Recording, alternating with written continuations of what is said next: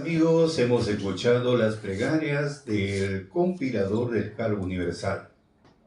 Cuando hablamos, amigos, que es el compilador del Decálogo Universal, que es prefijado para estos últimos días, como dice el apóstol Pablo, en la dispensación del cumplimiento de los tiempos tenía que cumplirse, apareció la doctrina de Dios, y a través de la doctrina, nuestro querido maestro trató de enseñarnos lo que nosotros no sabíamos, y al mismo tiempo también nos despertó a lo que nosotros desconocíamos.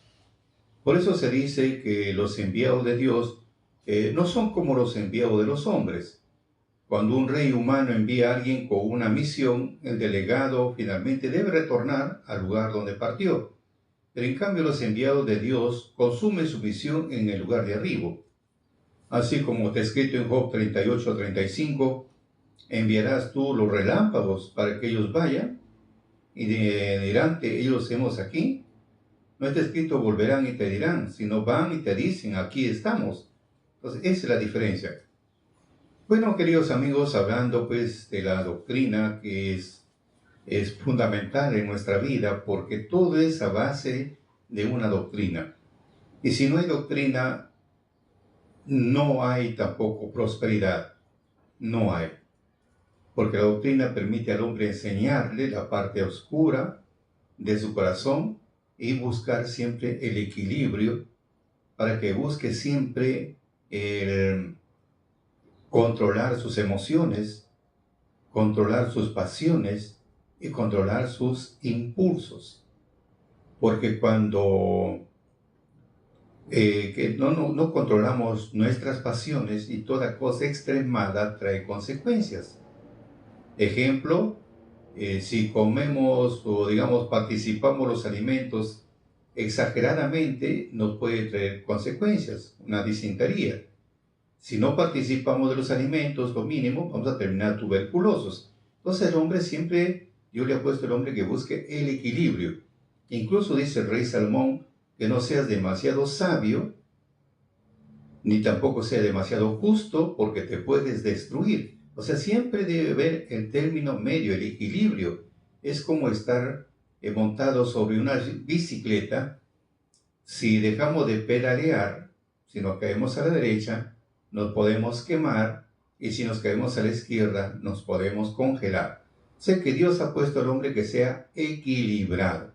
Por algo dice el apóstol Pedro, templado, equilibrado. Bueno, para eso la doctrina de Dios no es para otra cosa, para eso la doctrina, de los cuales es muy fundamental en nuestra vida. Como seres humanos y también en los mismos animales, ellos cumplen las normas, la naturaleza misma, como dice Salmos, porque si no cumplieras las normas, entonces la vida sería otra. Bueno, hablando, amigos, del tema que estamos desarrollando, ya que se avecina la Navidad, se ha hecho muy popular, cada vez va captando más adeptos, más adeptos, más adeptos, pero en el fondo es oculto el origen de la Navidad. Es oculto para muchos, es oculto porque se celebra una fecha que no lo es, ¿no? Como era en ese tiempo, hablamos en el siglo I, segundo, hasta el siglo V, siempre habían muchas dificultades, y han ido a analizar al mismo lugar. Difícil, muy difícil, porque el judío antiguo no es como nosotros ahora, que tenemos la fecha de nacimiento de una persona, y no, ahí no, aplicaban a Eclesiastés 7:1, que mejor es el día de la muerte que el día del nacimiento. O sea, no le tomaban valor a lo que es un nacimiento, sino al final, cómo termina el personaje, si es bueno o es malo. Según las investigaciones que han realizado, por ejemplo, en el siglo I vamos en el siglo segundo, estamos hablando, o sea, 200 años después de Cristo. Primero vamos a analizar porque el cristianismo empezó a crecer grandemente, empezó digamos, a a captar muchos adeptos, especialmente en Roma, porque en ese tiempo el que gobernaba toda esa zona era Roma. Era Roma que gobernaba y llegaron hasta la capital. Era Roma. Más o menos para que tengan ustedes una idea, cuando el pueblo judío fue cautivo ante Babilonia por su idolatría, fueron a Babilonia por 70 años, fueron castigados. Ahí en esa fecha el profeta Daniel tuvo el rey Nabucodonosor tuvo un sueño perturbador. Él soñó que la cabeza a un hombre gigante, una estatua gigante, donde la cabeza era de oro, el pecho era de plata y los brazos de plata, el vientre era de bronce, las piernas eran de hierro, y los pies eran barro cocido y hierro. Y después del cerro se prendió una roca, una piedra, y lo destruyó toda la estatua. Entonces tuvo un sueño perturbador y el profeta Daniel lo descifra, porque nadie pudo descifrar ese sueño. Y él le descifra, le dice: Su Majestad, la cabeza de oro eres tú, porque no era un hombre pues muy sabio, muy inteligente. El rey Nabucodonosor, incluso su ciudad, lo construyó como tablero de ajedrez. Era un hombre muy sabio. Entonces le dice: otro se va a levantar, otro, pero no va a ser sabio como tú, va a ser menos, sino va a ser un poco más fuerte, nada más. Entonces, después del rey Nabucodonosor, a Babilonia lo conquista los medos y los persas. Ahí están los dos brazos, los medos y los persas, plata de menos valor, pero más fuerte. A los medos y los persas lo conquista Grecia. Y Grecia pues no duró mucho tiempo, fue poco tiempo la duración de su imperio, porque Alejandro Magno muere 2 o 3 días, lo envenenan, dice la historia, antes de que cumpla los 33 años. Y a Grecia lo conquista Roma, o sea que llegaba, pues se quedaba con todo el imperio, Roma se quedó con todo el imperio que había conquistado Alejandro Magno. Israel pertenecía justamente ahí, era provincia, desde Babilonia. Entonces, y el cristianismo en ese tiempo, ya tienen ustedes una idea, empieza a crecer grandemente, llega hasta la capital, etcétera, empieza a captar muchos adeptos, y ahí viene la lucha también. Pero en esa fecha, el año 200, el emperador romano, pues Aurelio, él declaró pues el 25 de diciembre sería un día para celebrar el nacimiento del dios predilecto Sol Invictus. Y fue tan popular que era pues alguna festividad grande, nativa Sol Invicti. Entonces, para sus soldados estén motivados y el pueblo esté motivado para seguir creciendo más su imperio. Según de acuerdo al historiador español Alonso, él encuentra de que le era muy difícil saber sobre el nacimiento. Ahora, dice el historiador Javier Alonso, durante el mandato de Aurelio, el Sol Invictus se convirtió en una figura religiosa central de Roma. Es así que comenta Santiago Castellanos, profesor de Historia Antigua de la Universidad de León, en España, que se le veneraba bajo la premisa de un dios imperio. Hasta ese punto llegaron. Ahora, según y luego, según cuenta de esta veneración de Dios único, no tuvo muchos frutos, pero su influencia se extendió hasta el mandato de Constantino. Constantino fue conocido como el emperador romano que llegó a ser cristiano. Y al imperio lo convirtió en cristianismo, en su imperio, ser cristianos todos. Eso por mandato de Constantino. Ahora, según el historiador de las religiones Misea Eliade, establece que los romanos celebraban el 25 de diciembre, que era la fiesta de Natalis Solis Invicti, o asociada al nacimiento de Apolo. Así fue. Ahora, ¿quién decidió que el 25 de diciembre sea el natalicio de Jesús? Estamos hablando un poco de historia, después vamos a hablar del nacimiento. O sea, ¿quién decidió que el 25 de diciembre sea el natalicio de Jesús? el emperador romano Constantino, en el año 336. Algunos historiadores comentan que fue una fecha elegida para eclipsar el sol Invictus y las celebraciones paganas. Muchos así comentan muchos historiadores. Pero en el año 354, el Papa Liberio decretó el nacimiento de Jesús, que es el 25 de diciembre. Decretó definitivamente el Papa Liberio, sugerido por su antecesor, el Papa Julio I. Entonces, esto explica, pues, Diego Viegas, antropólogo de la Facultad de Humanidades y Arte de la Universidad Nacional de Rosario. Entonces, estamos viendo los grandes personajes. En resumen, lo cierto que dicen acá los comentaristas, los grandes historiadores, que en ningún evangelio se hace mención de la celebración del nacimiento de Jesús. Y es indudable que ni en la Biblia ni en la historia de la primera iglesia cristiana existe registro sobre la celebración del natalicio del Mesías. Sus raíces se remontan pues a la adoración del dios Mitra, una divinidad persa del sol, también conocida por los romanos como Mitras. Se dice que Mitra nació pues en una cueva, donde los magos, guiados por una estrella, vinieron a adorarlo y rendirle culto, asegurando que era el hijo del dios. Entonces el cumpleaños de Mitra se celebra pues cada año el 25 de diciembre, y además también se creía que fue asesinado por otro dios, el de la oscuridad, para finalmente levantarse entre los muertos. En resumen, el resumen del dios Mitra, se conmemora el inicio de la primavera, y para celebrar la festividad un buey y un cordero de color blanco era sacrificado sobre una rejilla, a través de la cual la sangre se derramaba sobre los nuevos convertidos y que eran así bautizados. Entonces vemos cómo es el trabajo que, en resumen, nadie pudo dar, y hasta el día de hoy no saben netamente el nacimiento de Jesús.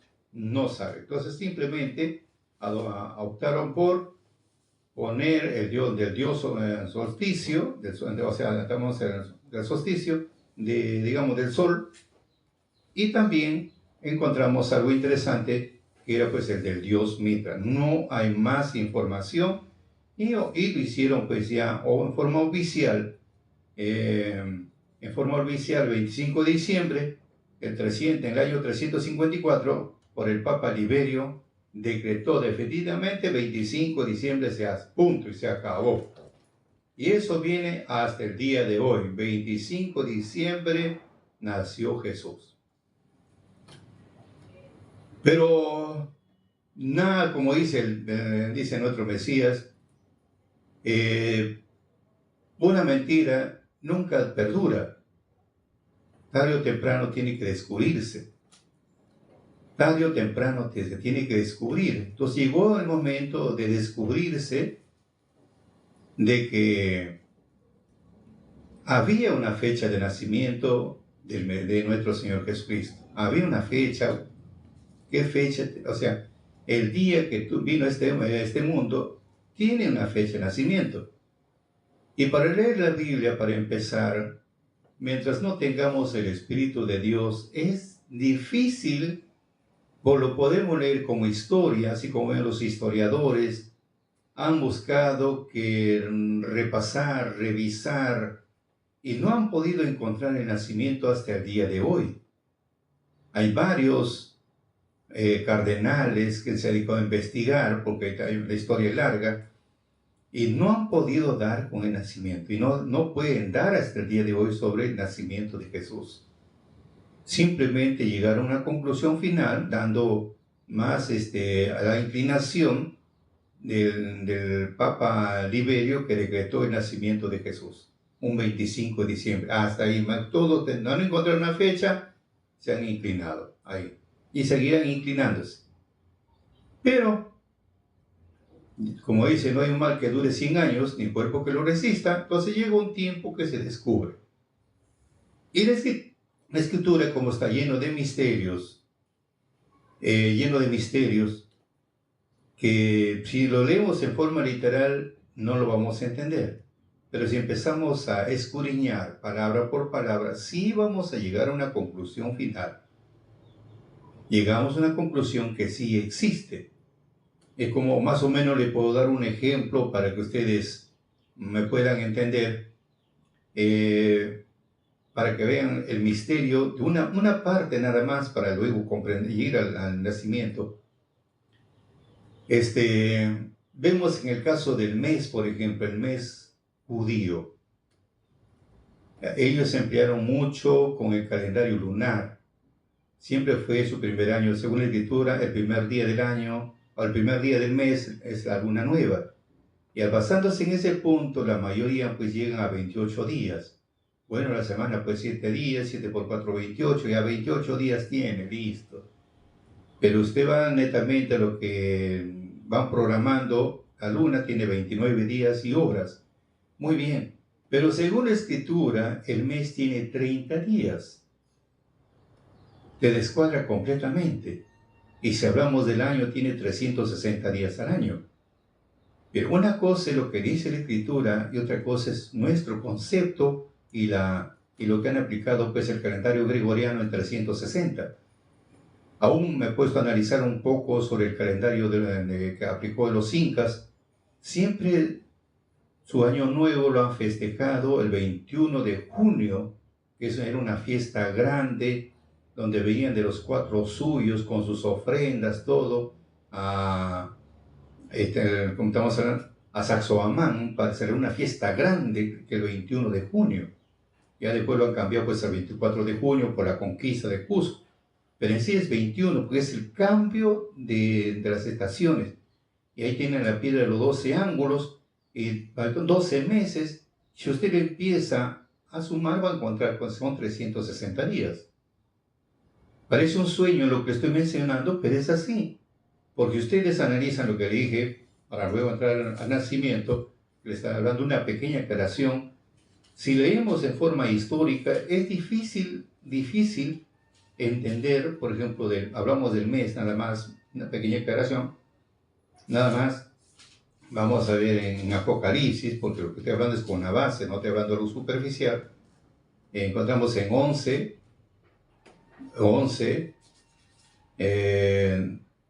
2 y 3, para sacar el valor de un mes.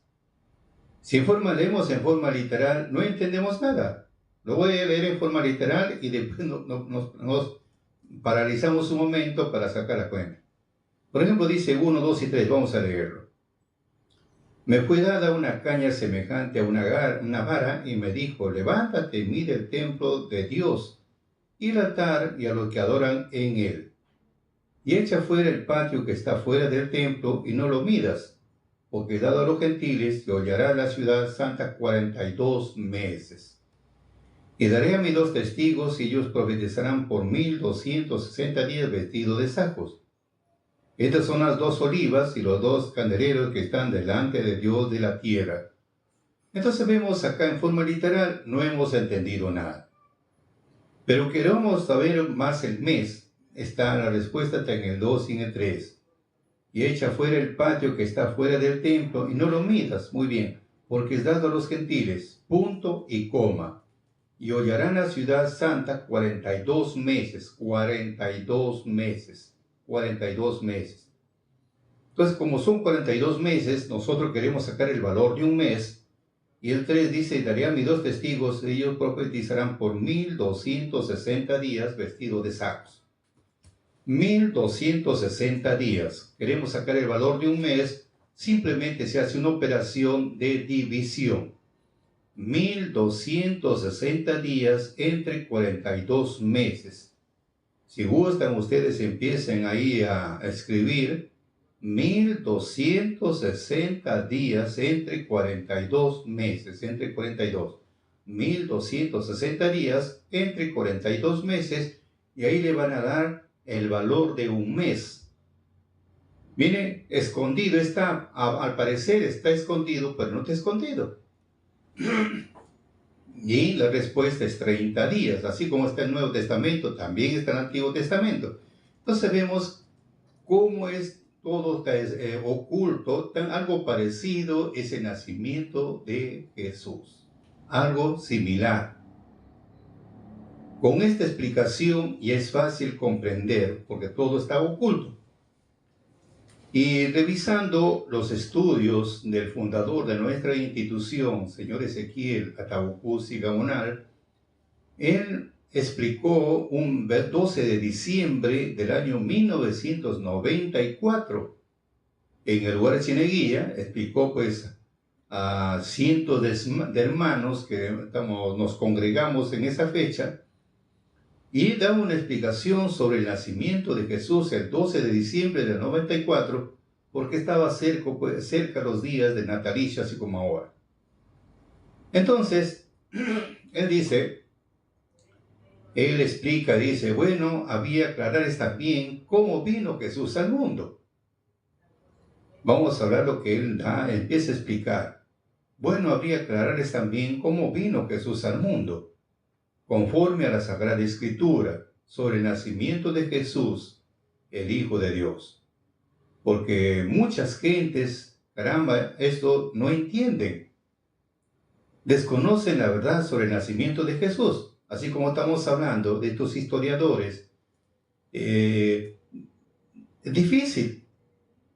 Desean conocer verdad sobre el nacimiento, pero no encuentran un vestigio para decir, bueno, acá está.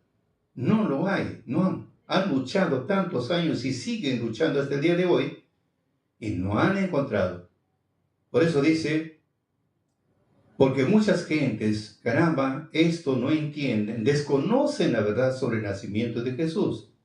Entonces hay grande confusión en el mundo y están celebrando en días que no corresponden. A eso me refiero, ¿no ve? Necesario es aclarar conforme a la profecía sobre el nacimiento de Jesús. Esto es así. Entonces, el nacimiento de Jesús estuvo anunciado desde antes que Jesús venga al mundo, como aclara el profeta Isaías.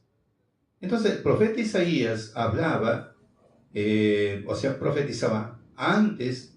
El profeta Isaías hablaba de que el mismo Señor tenía que dar una señal. ¿Y cuál era esa señal? Que la virgen una mujer virgen, tenía que concebir y parir hijo, y llamará su nombre Manuel. Y según la terminología, según los sabios judíos, hablamos virgen, hablamos dos términos. Virgen es una mujer que no conoció varón, y virgen también se llama una mujer que solamente tuvo un solo varón en su vida. Pero acá hablamos de una mujer virgen que tenía que parir un hijo, concebir y parir un hijo. Y le tenía que poner por nombre Emanuel. Emanuel significa, traducido, Dios con nosotros. No es que sea Dios, sino Dios con nosotros. Es muy diferente. Entonces, esta profecía vamos a hablar conforme a la Sagrada Escritura, dice nuestro maestro. Muy bien, dice, para la aclaración fue así. Entonces, revisando pues en Lucas 1, 5 al 7, que él resalta, primero empieza con Lucas 5, vamos a leerlo un poco para tener una idea. En Lucas 1, 5 al 7 dice lo siguiente. Hubo en los días de Herodes, rey de Judea, un sacerdote llamado Zacarías, de la suerte de Abías. O sea que hay un secreto grande acá. Hubo en los días de Herodes, rey de Judea, un sacerdote llamado Zacarías, de la suerte de Abías, y su mujer, de las hijas de Aarón, llamada Elizabeth.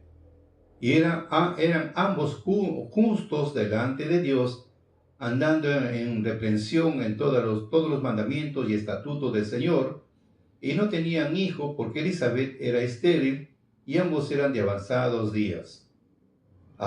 en días. Entonces, vemos acá que los días de Herodes, rey de Judea, llamado Zacarías, había un sacerdote llamado Zacarías. ¿Ya? Había un sacerdote llamado Zacarías. Muy bien, vamos a ir solamente 2 versículos para luego, para aclarar cómo nuestro maestro empieza a tomar en cuenta. Dice lo siguiente, bueno, él da una explicación y dice, hubo en los días de Herodes, rey de Judea, un sacerdote llamado Zacarías, de la suerte de Abías, y su mujer de las hijas de Aarón, llamada Elizabeth. y eran ambos justos delante de Dios y andando sin reprensión en todos los mandamientos y estatutos del Señor. Y no tenían hijos porque Elizabeth era estéril y ambos eran avanzados de edad. Muy bien, el maestro dice, la escritura dice, en los tiempos del rey Herodes, rey de Judea, había un sacerdote llamado Zacarías y su mujer llamada Elizabeth. Entonces ambos eran ya ancianos, temerosos del Señor, y vivían conforme al mandamiento de la ley de Dios. Muy bien, Zacarías, como era un sacerdote, era de la suerte de Abías. Entonces ahí está el secreto. Ahí lo hemos leído en forma literal, y como lo hemos leído en forma literal, pues bueno, es una historia. Pero ahora viene pues a descifrar, así como les hice mención, el mes tiene 30 días, hemos leído en forma literal, no lo hemos entendido. Acá también igual, hemos leído en forma literal, como vuelvo a repetir, donde dice, hubo en los días de Herodes, rey de Judea, un sacerdote llamado Zacarías, de la suerte de Abías. De la suerte de Abías. ¿Quién era Abías entonces? ¿Quién era Abías? Ahí viene a descifrar. Por eso dice, Zacarías era de la suerte de Abías. Eso dice la Escritura. De aquí viene la rama para entender. Y eso la gente desconoce. Por eso la gente para la gente hay una confusión grande. Por supuesto, si vamos en forma literal, no vamos de frente y hemos obviado. Pero si nos detenemos un momento y tenemos que investigar la suerte de Abías, ¿quién era Abías? ¿Qué suerte había de Abías? Entonces ahí está el secreto. Entonces dice nuestro maestro, Zacarías el sacerdote, era de la suerte de Abías, que quiere decir suerte, o sea, tenía pues el destino, linaje o también parentela en su bien nacida.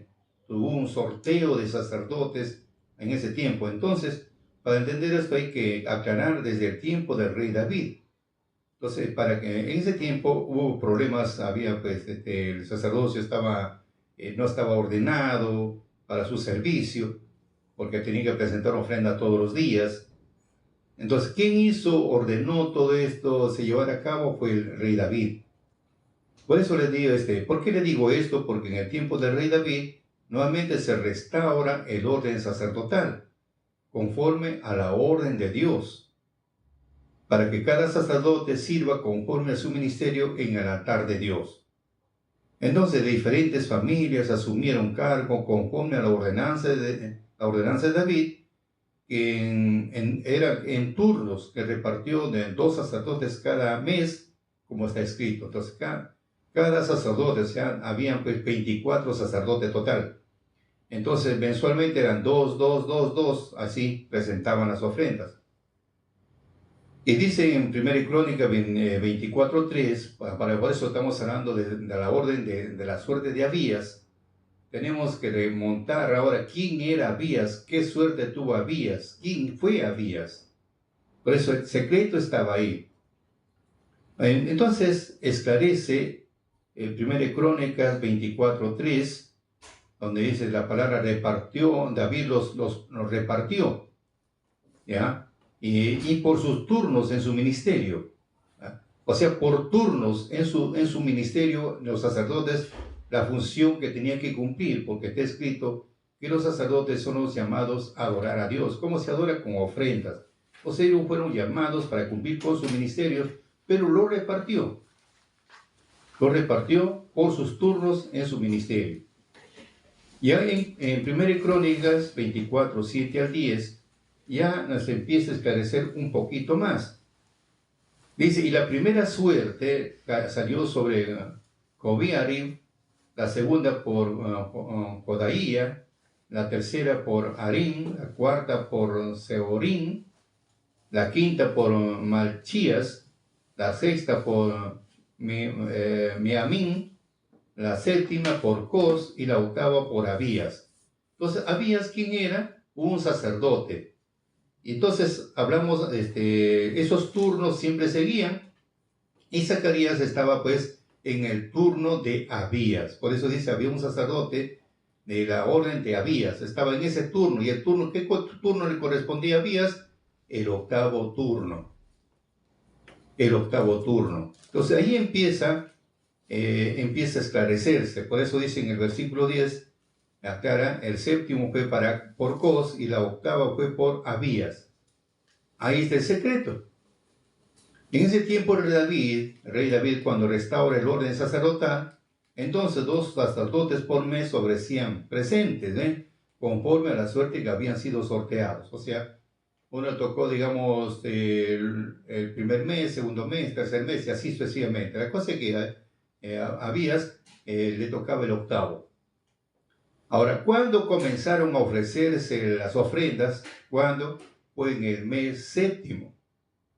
El que fueron, pues, se ordenan ahí, aparte de David que había ordenado, también el pueblo se fue por 70 años a Babilonia. Después de 70 años regresan ellos y empiezan a establecer el sacerdocio también igual por sus turnos, porque ya sabían los turnos que David había establecido y se fueron por los turnos. Y siempre el octavo turno le correspondía a Abías, siempre. Después de él moría él, venía, lo reemplazaba, a él moría, lo reemplazaba, lo reemplazaba, lo reemplazaba y lo reemplazaba. Así eran los turnos, pero ya los turnos ya estaban hechos. Los demás simplemente continuaban el turno, nada más. Entonces, cuando, por ejemplo, empiezan a establecerse netamente, viene a ser la fiesta de las cabañas. En la fiesta de las cabañas, cuando el pueblo regresa cumplidos los 70 años, porque hay dos formas, uno fue en el tiempo de David, otro viene a ser cuando regresan de la Babilonia a los 70 años. Entonces, a partir de octubre empiezan ellos a ejercer su función por órdenes. Entonces vemos en el caso de Esdras, por ejemplo, 3, 6 y 4, sacerdote Esdras, porque viene de Babilonia.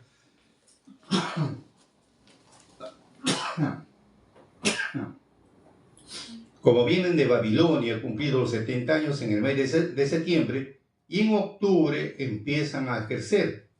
Pero dan inicio en octubre una fiesta grande, con mucho regocijo, con mucha alegría, porque son 70 años paralizados. Entonces, el primer día del mes séptimo comenzaron a ofrecer holocausto, dicen Esdras 3, 6 y 4.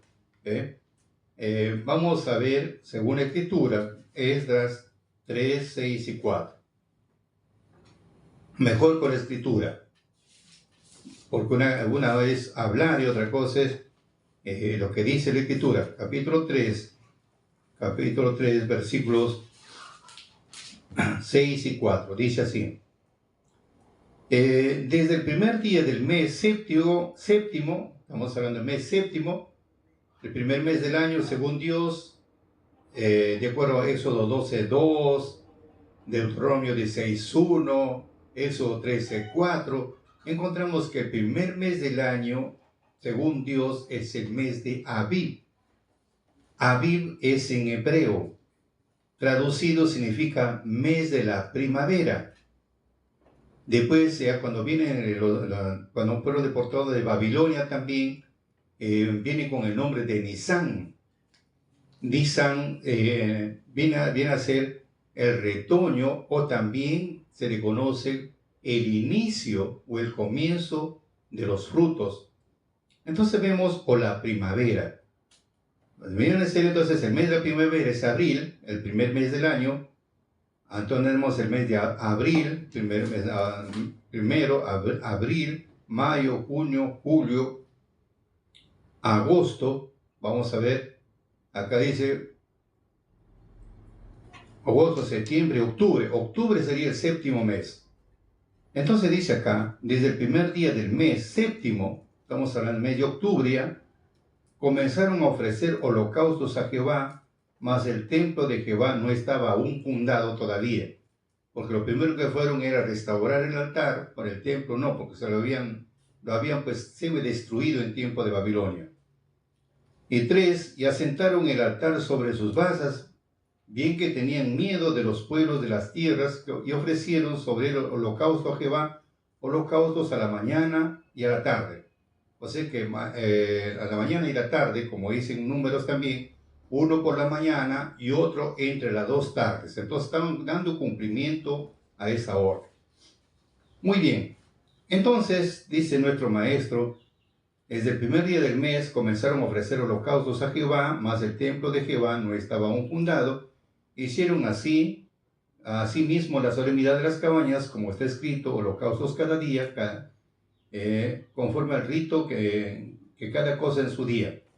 Dice nuestro maestro entonces, en el mes séptimo empezaron a ofrecer según su ministerio los sacerdotes. ¿Y cuándo es el séptimo mes? Eso ustedes ya conocen. Si empezamos a contabilizar desde el mes de abril, entonces en octubre es el mes séptimo, ¿no es cierto?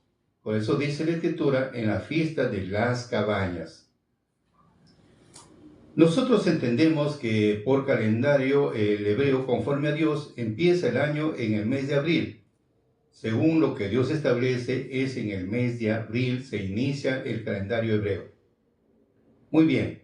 Quiere decir, según el orden sacerdotal, por turnos, los sacerdotes, al sacerdote Abías le tocó el octavo turno, o sea, la octava suerte, octavo turno. Entonces, el servicio tuvo que cumplir en el mes de enero, porque si empezamos a contar el primer turno desde abril, de octubre, noviembre, diciembre, enero, porque todo por turno, de octubre 2, noviembre 2, diciembre 2, enero 2. Entonces estamos hablando enero ya. ¿Ve? Quiere decir, según el servicio que tuvo que cumplir el mes de enero. Para aclaración, el mes de octubre fue el primero, el segundo, el primero y segundo turno que le correspondía. El segundo, cada mes, o sea, 2 en octubre, 2 en noviembre, 2 de diciembre y 2 en enero. Ahí está. Entonces, hablamos, le tocaba pues en el mes de enero. Muy bien. Ahora continuamos con el mensaje. En el mes de noviembre fue a la tercera y cuarto de su turno, como dice acá nuestro maestro, 2 sacerdotes más en el mes de diciembre, el quinto y el sexto, y en enero fue el séptimo para Cos y el octavo para Abías. Entonces, en enero fue su ministerio. Entonces quiere decir, Zacarías era de la suerte de la familia sacerdotal, por eso la Escritura dice de la suerte del sacerdote Abías. Muy bien, de la suerte de Abías. Por tanto, el servicio sacerdotal que Zacarías le correspondía por suerte era el mes de enero. Eso es así. Entonces, es fácil hallar cuándo fue el nacimiento de Jesús. Entonces, lo que estamos viendo hasta acá, si lo leemos en forma literal, va a ser difícil encontrar el nacimiento. Muy difícil. Hemos leído en forma literal, lo pasamos de largo, no hemos entendido nada. Pero si nos centramos en un punto y empezamos a escarbar y nos encontramos con otras cosas más, como hemos visto el anterior, que el sacerdote Zacarías era en la orden de Abías. Entonces, si nos centramos en Abías, ¿quién era Abías? La suerte de Abías, y vamos al Antiguo Testamento, encontramos que la suerte de Abías era pues el turno, o sea, fue nombrado en el octavo turno. Todos tenían sus turnos y Abías era en el octavo turno. Y en ese turno de Abías viene lo que es Zacarías. ¿Por qué tanto se habla de Zacarías? Porque Zacarías tiene que ver mucho en este ministerio. Por eso dice la Escritura, en ese tiempo de Herodes había pues un sacerdote llamado Zacarías del turno de Abías. Ahí estaba el secreto para saber el nacimiento de Jesús. Entonces nuestro maestro empieza a esclarecer con Lucas 1, 8 al 13. Y aconteció que ejerció Zacarías su sacerdocio por orden que le correspondía, quiere decir en el mes de enero. Y como ya sabemos que se establece el sacerdocio desde el mes de octubre, ya es fácil comprender el octavo turno. Octubre 2, noviembre 2, diciembre 2, enero 2, y es fácil, tenemos en enero. Es el octavo turno. Ahora sí. Y entonces dice, un ángel del Señor se le apareció a un costado del incensario y le dijo, Zacarías, no temas porque tu oración ha sido escuchada. Y tu mujer te parirá un hijo y le pondrás por nombre Juan. Entonces, cuando escuchó esto Zacarías, no podía creer en la visión. Mas le dijo al ángel, ¿cómo podría ser posible esto? ¿Cómo? Ya que mi mujer y yo somos ancianos para tener hijos. Claro, sabía que su mujer era estéril, no podía tener hijos y encima era anciana y él también anciano y quería que va a tener un hijo, por supuesto que se vio imposible. Entonces el ángel Gabriel, ¿qué hizo por su incredulidad de Zacarías? ¿Qué hizo? Le hizo quedar mudo. Se quedó mudo. Y quedó mudo hasta el nacimiento de su hijo, el cual le puso por nombre Juan. Entonces, cuando ya que era para que le pongan el nombre, recién se abrió su boca, dijo Juan, recién. Entonces, hasta acá estamos entendiendo que para saber sacar el nacimiento de Jesús, ya que muchos historiadores no han podido encontrar y no pueden encontrar, el secreto simplemente estaba que Zacarías era el turno de Abías y Abías le correspondía al octavo turno. Y donde se establece el sacerdocio a partir de octubre, empieza a ponerse en marcha de 2 en 2. Ahora sí era fácil entender: octubre 2, noviembre 2, diciembre 2, serían 6, en enero serían 2, serían 8. Entonces ahí le correspondía a Abías. Ahora sí es fácil, ahí cuando el hijo se le presenta el ángel, que iba a tener pues un hijo y que iba a poner por nombre Juan. El día de mañana continuaremos con el desarrollo de este mensaje, pero ya es fácil entender la fecha de nacimiento de nuestro Mesías. Para mayor información, síguenos en nuestra cuenta de Santos Salazar Silva, en la cuenta de Vicky Peremerina, Facebook, Instagram, TikTok y YouTube, y comparte, amigo, con tus amistades para obtener mayor información sobre el natalicio de nuestro Mesías.